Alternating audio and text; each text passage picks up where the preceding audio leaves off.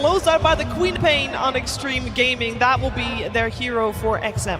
This one was a no-brainer pick for XG here. They lacked range damage and the ability to instantly blink in and follow up. Storm gets taken out, Lesh, who builds Blink Dagger, gets taken out. All that's left is for Queen of Pain with the Sonic Wave to give you that added damage.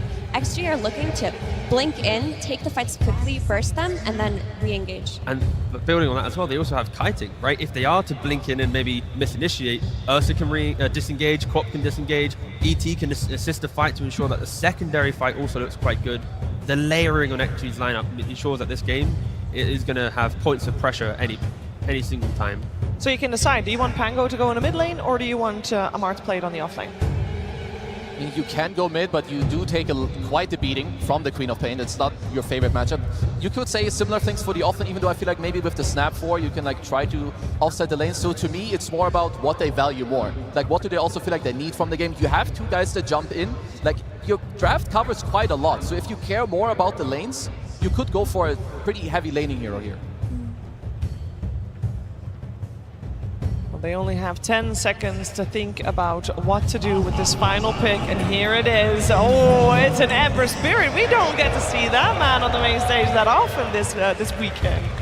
So they went for this Ember just because they wanted to secure that mid lane matchup versus the Queen of Pain. They want something that can just stay on lane versus it, not get bullied out, and try to match its tempo.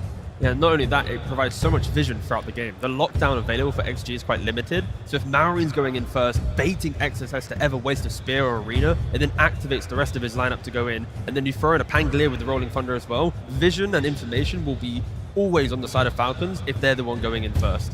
So if you're playing Hoodwink and ET versus Ember Spirit, who's having a good start and is getting these runes, good luck. Good luck, because you cannot defend yourself against this hero. For Falcons, they have their typical map play style of mid. They're going to have their initiation from the offlane. They're going to have Malorine building these early items and running at people, and the double supports farming the entire map. The question for XG is if they can match that pace in the early game and get to the point where they can blink and instantly take these fights, because that early game looks tough. Yeah, you got to have a lot of mid focus, right? We've already spoke about Ember and what they can do, but also Queen of Pain, right? If Queen of Pain pops off and every time you go somewhere you're getting a kill, it could buy enough time for the items of the Mars to fix some of their lockdown issues, or the items on the Ursa to ensure he has that burst potential. I think mid lane is such a critical matchup in this game one. Yeah, I really love these two drafts. Like, the way I see it too is that Falcons, they have this early to mid game that they usually have, and then they might taper off a little bit, you know, against Extreme AME. He's got his Ursa against the Sven matchup, but I also like that Falcons, they covered their like late game. The refresher on the Ember, the refresher on the Pango, the 5-slot, the 6-slot. Sven, you know, doesn't do too well there, but then his teammates come in again with the network to back it up. So we're in for a long game. We're in for a lot of fights and absolute banger team fighting. Oh, that would be fantastic. I do have one final question to you. You say that this mid matchup super important here with the Queen of Pain and the Ember. How much help are they going to get from the supports? How much help can we expect they get? Falcons could be tri-laning mid lane. With an Ench and a Snapfire, they're going to be running mid. But XG, they do have the arena. It feels like on their side as well. So they do kind of like a sixth man, and that sometimes historically has helped. And yeah, again, Falcons, the early game, it is looking very, very good. Okay, let's see. I'm sure that the coach agrees, and that's where we're heading to right now, because Tsunami is standing with AUI 2000. Thank you very much. Yes, indeed, I am standing by AUI 2000, coach of Falcons, and you are no stranger to this, my friend. In 2022 in Singapore, with Tundra coaching Grand Finals. I was wondering if you could maybe take me back in time about that team's journey to Grand Finals versus how Falcons have made it here. I mean, honestly, for both teams, it's just been an incredibly rewarding journey. I mean, standing in this crowd, like being able to play in front of them, it's all every Dota player dreams of. So I think we're just all grateful to be here. Let's hear it for just the spirit of competition. Now, I'm sure you have a very vivid memory of how that last Grand Final went. Upper bracket final, you played against Team Secret. It went to 3 games. They went down to lower bracket, had to play 3 games against Liquid, and how did your grand final go after that? It was good. It was 3-0. It was good. It was 3-0. Now we're in a similar situation. You went to 3 games against Extreme, and now they're back. Well, actually, no. It was P-Vision, actually. The equation has changed. Everything's up in the air now. I mean, I would love a 3-0, but honestly, I sort of hope for 5 games, you know? We actually respect Extreme a lot as a team, so we're super happy to play them now. Then let's hear it for the potential of this grand final. Hamburg, make some noise for this grand final! Welcome to the International, everybody! Let's kick this shit off with a bang! It's China striking first blood! Cannot be more fitting. A return in bounce, East versus West, will grace the grand finals one more time as AME returns to claim his throne. An uncrowned king against a king already crowned. You could not ask for a better storyline going into this immaculate TI. That's right. There is so much history that goes into the International. And a large part of that old history, some of you might remember, was that balance of power. It was China versus the world. Every odd year, an international team would win. Every even year, a Chinese team would win. For 7 years, this was true, until AME and LGD fell to OG at TI8. History was written, and once more we return to write history in the stars. Can XG make the miracle happen? Can they make this tough road through the lower bracket, return to a finals, a third appearance for some of these players? They have consistently fallen short, but perhaps this is their moment to put their name on that Aegis. They are against a very tough opponent in Falcons. They have been dominating this meta. They have been setting the trends. They have their comfort picks. It's not a question of knowing what they're going to play. It's a question of how do you beat what they play, because everybody knows the heroes that are going to come out from these playmakers. Can you out-team fight them? Can you out-skirmish them? That is the challenge ahead in this series for XG. Already see XM and Malrine trading blows, as we will see in hopefully 5 games of this series. Oh yeah. XM has already taken a bit of a lead here at 10-2, and it seems like all the lanes are going well for Extreme, as another 10-0 for AME. Seems that, do you feel like Extreme Gaming put a bit more emphasis on the lanes against Falcons? If anything, I think they did it against P-Vision. They had to learn how to not get run over in some of these lower bracket series. The European team's laning stage is insane.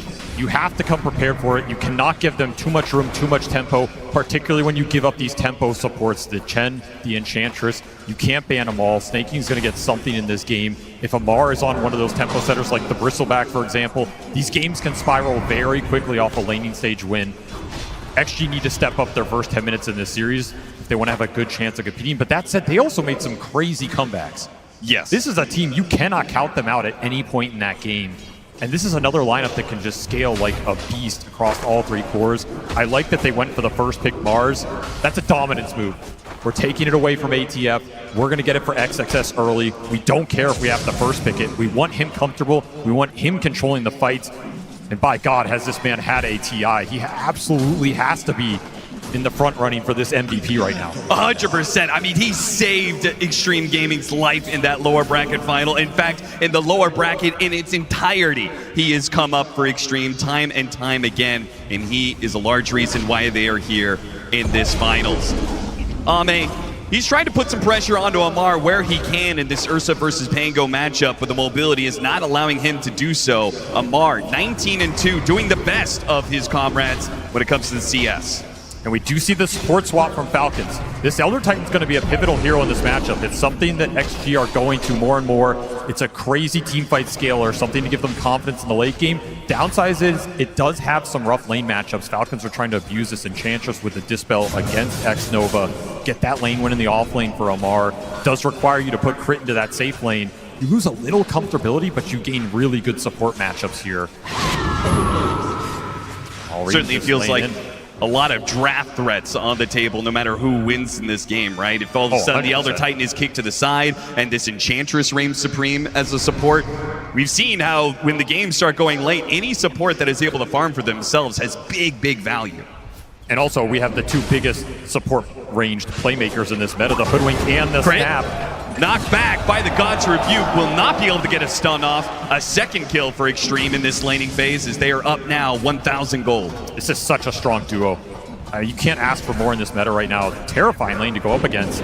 And the fact you had to put Crit up here to try and get that Enchantress ET matchup does hurt Crit a little bit, because these Snaps and Hoodwinks want to play with the offlaner. They want to get aggressive. They want to use the early spell power to build momentum. Burn charge is already online for Jin-Q. Super strong right now. Lots of damage. Jin-Q stepping a bit too far forward, trying to pressure Skeeter, takes a lot of damage. They even threw the blood grenade at him, but they couldn't go for the kill. While Ammar goes down, they trade out cores. X-Nova, can he beat down Snaking? One more hit, he's got it. A 2-for-1 special, and the action returns at the top lane, as this time it's Crit who puts his life in danger and does not manage to get out of it. I was maybe a little concerned for XG laning-wise coming into this series, but already they are hitting the mark. This XXS Mars is the most farm hero coming out of this laning phase. They even get a kill with that Ursa on the Pango, not expected, and so much XP for X-Nova on an amazing hero to get early levels on in this Elder Titan. Already has the boots online, already level 4, putting points into that natural order. You combine this with some of the Queen damage later, the Mars damage later. They have such good teamfight combinations. If you're Falcons, you need to get this Ember off to a good start. Play through him, let him drive the pace of the game. Don't let XG set up these big fights around Roshan where they're super confident in their AoE control. Fighting for power runes, but locked down by the chains. Got a bushwhack, trying to stop it. Another stun comes in. XM is able to get the blink away, and Jin-Q is the one to pick up the arcane rune instead. A little bit of HP fed over to Malrine. He'll be okay, and XM being the ranged hero should be able to weather through this a bit. Jin-Q just playing with him. This early Urn creates such a threat with the blood grenade combination. He's basically just fighting 2 supports in the river, taking the rune away from Malrine. That's a huge win. As XM feeling the pressure of some of these summons. Double range creep, plus Enchantress, plus Catapult about to hit your tower. Need reinforcements here. Yeah, where is this Elder Titan? He's been hanging out with this Ursa, but he's needed in the mid lane. They pop a glyph here, and depending on how much Falcons want to tank here, they have another enchant. So another creep to be able to tank this tower. A few more Siege Wagon hits, and then another round of creeps will enter into the tower. So this Siege Wagon, it's going to get well below half here. The Spirit only just now showing up, but what do you even do as an Elder Titan this early? Not a lot. Tough matchups. You don't interact well with the Ember Spirit. You don't have the lockdown for him. Just got to beat him back, but that is some significant tower pressure. Oh, but the trade-off, Ame. He almost gets the kill on Ammar, but he also takes the Wisdom Shrine. That is a big move. Extreme. I mean, they drew the first blood quite figuratively and literally as they managed to get the first kill, but also won the laning phase. Falcons with this move on mid was brilliant, but the trade-off, Extreme got to be very happy as their supports are going to get their level 6s before Falcons. Huge advantage gained off that play from Ame, getting aggressive on that battle line. Even forced double support TP there that yielded nothing for Falcons. So now, if you want to get aggressive top with this Mars, no support can come in for Skeeter. If you want to get aggressive on mid, that option's available with the Sonic Wave. Yeah, like how does Skeeter even play top anymore? It's a level 6 Mars and a level 5 Hoodwink at 8 minutes in. He's got to abandon this lane. So many levels on these supports. Power Rune, Malrine tries to get it and does manage to grab it. Regen into the bottle. Nice pickup for him. I mean, XM not finding early fights with this Sonic Wave. Love to get some action going, but the mobility from this Ember Spirit, just not something that XG can deal with early on in this game. This tower is going to fall, but who's going to get the last hit on it? Malrine tries to get there in time, but XM already snags the deny. Malrine would love to get a kill on X-Nova, but not the case. Against an Enchantress, this is just inevitable, right? You're going to bleed out towers. Yes. You just got to try and slow it down as much as possible. Especially with the lane swap they did. When this Enchantress plays from the off lane, those moves behind the tier 1s are incredibly dangerous, and they're a lot more fluid for Snaking to make than if he was stuck in that safe lane trying to secure farm for the Sven. Snaking control did not make the read there. That a ward was placed on that high ground. He gets his own really good laning ward, though. Ame hunting him here in the jungle. He's got his eyes on him. You got to punish this Enchantress. You can't just let Snaking live in your jungle. He will do that until you punish him. Thinking about the Sonic Wave, is it required? XM, they can't even get him. Nice enchant for the Dispel and the Overpower. Ame trying to hold it, Snaking holds longer. And of course, anybody who shows up in the top lane is going to die. It's just a matter of time. And Crit's not dead yet. And now with the Ember Spirit here, looks like the Mars is in big trouble, and Jin-Q is not able to chase after Crit. It's going to be XXS to fall instead as Falcons bring 4 up to top. They do not want to be losing these early towers. That was a big committal. I mean, you're showing all 3 cores on this top lane to bring down that Mars, who is having a fantastic time. That's a big kill. But it does give a lot of space to the Ursa, more space for XM on the mid. Got to look towards this 10-minute power rune. If he can grab it here, it would be a huge win for XG. Malrine looking for an amp damage or a haste to accelerate his game. Once again, Malrine going to try and outclick XM for it, but this time XM gets the bottle. With a haste rune, not required to pop it just yet. He's able to blink away. Big rune to take away from that Ember. Yeah. Right, that is super dangerous around the map. I mean, it's also no Sonic Wave thrown in this game. Yeah, we got to start establishing our own threats from the mid lane if you're Extreme Gaming. You're looking around where the Sonic Wave has been off cooldown for like 4 minutes now. We just haven't put it to use. It's easily a move he can make to top, right? If you have this arena on top, anybody that shows there, just arena them into the Sonic Wave. Even if reinforcements come in, that can be a great fight. You can connect through the gate. It's kind of your best point of attack right now. You can also continue to hold it here and use it defensively. If you want AME to continue playing bottom against some of the threat that the Pango holds, the Queen can counterplay that a little bit. Crit playing games with XXS and Jin-Q once again, but this time around Extreme bring a whole lot more heroes to the mix. Falcons decline to do the same. They'll give up the tower finally and make a trade-off of their own. A lot of trades happening in this game, but man, Crit has suffered in this early game. Losing the Wisdom Shrines really hurt him because he had to play more sacrificial on that safe lane to give Sven some of that XP. This Snapfire's level 4.5 right now. I don't know when you're going to have kisses in this game, but it's not going to be for a while. And to me, this has been the spell that's defined this hero at this TI. You know, heroes come and change, the spells come and change, but right now, getting kisses online fast, taking fights around that ult, super powerful long-range damage. We've seen it just win team fights straight up. We saw what Jin-Q did with it in the previous series. The more this is delayed, the better the team fights look for XG, particularly around that Roche pit, if AME gets off to a fast start.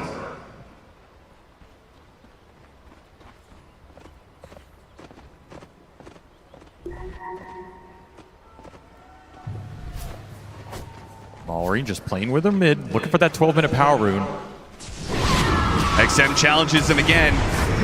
The stomp, it lands. Good bushwhack, the turnaround, and there's the Sonic Wave, but it wasn't even required. Jin-Q had it well in hand. That bushwhack combined with the sharpshooter, well played. And Skeeter's here looking for the fight. There's nothing to fight. He'll just pick up the rune and go back to the jungle. Huge kill in this Ember Sphere. That's the hero you want to get the fast Mage Slayer on that Falcons can snowball through. Every time you take him off the map, you buy so much time for your other cores. Yeah, and Skeeter will have the luxury of stacks where you can see it. Extreme do not have that same luxury. 9 more stacks than Extreme have done. I mean, when you have that kind of imbalance, Extreme have to get aggressive, right? There's no other option. Start stacking of your own, claim early Roshans, or start taking some more team fights. The interesting part about this game is you won the Wisdom Shrine battle, but Falcons are ahead in XP. Because Skeeter just got so much more out of this jungle. This Sven is level 11. He's a couple levels ahead of the nearest core. So their supports are behind, but their cores are ahead. And these are cores that can absolutely just win the fight, even if the supports are lacking some net worth. Hey, I'm just happy we get to see 2 cores that do not build Helmadom. Oh, there's not going to be a single Helm in this game. Bless. Another Wisdom Shrine is coming up in 40 seconds. Crowd happiest they've been all day. The Helm meta died somewhere in the lower bracket, it would seem, as these teams just want to duke it out. Malrine's still looking for that Mage Slayer, but very strong on the front line as long as he doesn't get bushwhacked into the burst damage. Tried to get the slight chains, but let's face it, diving into the tier 2, that is a risk a bit too much for Falcons. And this smoke seems to have petered out. And items flying in for XG right now. They dodge that fight, they get Blade Mail on the Quap, they get Yules on the Mars. Early fighting items now online. 14-minute Wisdom Shrines are spawning. Looks like they're just going to get it traded out here unless X-Nova wants to try something really sneaky down there. Yeah, this will make it so that Malrine can't be nearly as aggressive, right? There was very little punish outside of a sick bushwhack that we saw, but now he's going to be running into potentially Ammars who just Yules Arena Spears. Easy. Super deadly on the front line. A lot of threat coming out from XXS right now. Downside is you don't have the reach of something like the Blink Dagger, so it's a little harder to just make an aggressive smoke play with confidence. But if you get the right angle, you just run into heroes, phase boots into the Yules, it'll do the job. And yeah, that ward scouted that out. That first move with this Yules, it's going to be red. Smoked right underneath a laning ward. Upside is if you just go to the tier 1, you might just be able to pummel this tower and get something out of this move regardless. The Falcons don't want to give up this tier 1 for free. Sure, and maybe find the sacrificial support position. Yep. Here comes that play. Even had the scan on the mid lane right next to XM to and see who was next to him. Ops placed right under Sentry up top. They're going to try for it. Rolling Thunder. Ammar. The chains, but he doesn't pull the trigger just yet. I mean, if the tower's not going to fall, there's really no need. That's not a fight you want to force into this amp damage Ember. Not the timing to do it, especially when Ursa's just not going to join the fight. Battle Fury was just finished for AME a minute ago. He's cruising in the farm department.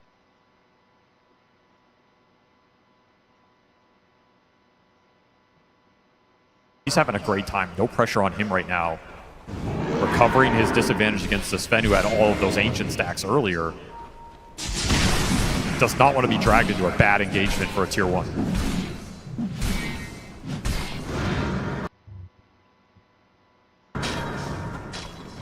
Falcons make a show of a 5-man defense in the mid lane. After the tower's defended, back to hitting neutrals. They really haven't gotten... They haven't ground out that usual lead that Falcons tends to do after a laning phase. Extreme is still keeping up despite the stack disparity. Difficult team to grind it out against. Why is that? They're just resilient around the map. They rarely give up really bad core deaths. I mean, the games that are spiraling are going to spiral for anybody, but I feel like they just don't feed in poor places. It's usually getting lanes super deep. X-Nova, he's... Oh, okay, the Croaker. Yeah, Snaking had that well in control. There was no problem there whatsoever. That's that Mage Slayer online for the Ember, so time to get aggressive. Follow Malrine, let him bring these supports back into the game in a really nice position. Look, Malrine does find another one. Slight chains, kisses. And XXS is biding his time, waiting for Malrine to show, but the kisses give too much information. They have to back away. Too easy right now. Just follow this Ember. Very little XG can do about it unless they are just baiting someone out and going and using. Yeah, as you said, the core is not being picked off, but they do manage to find some support kills. XG don't mind this kind of style though. Like, they're willing to give up some part of the map early on in a game to push it later, get their item timings, and take that fight. Even if it's at a 5 or 6K network disadvantage, they believe in their execution. They believe in their timing. They're going to overcome that, particularly around the Roche pit. We have seen this team dominate Roshan fights. To me, it's been their signature sauce for this event. I was about to say, if anything's going to give them even more confidence, is going to be that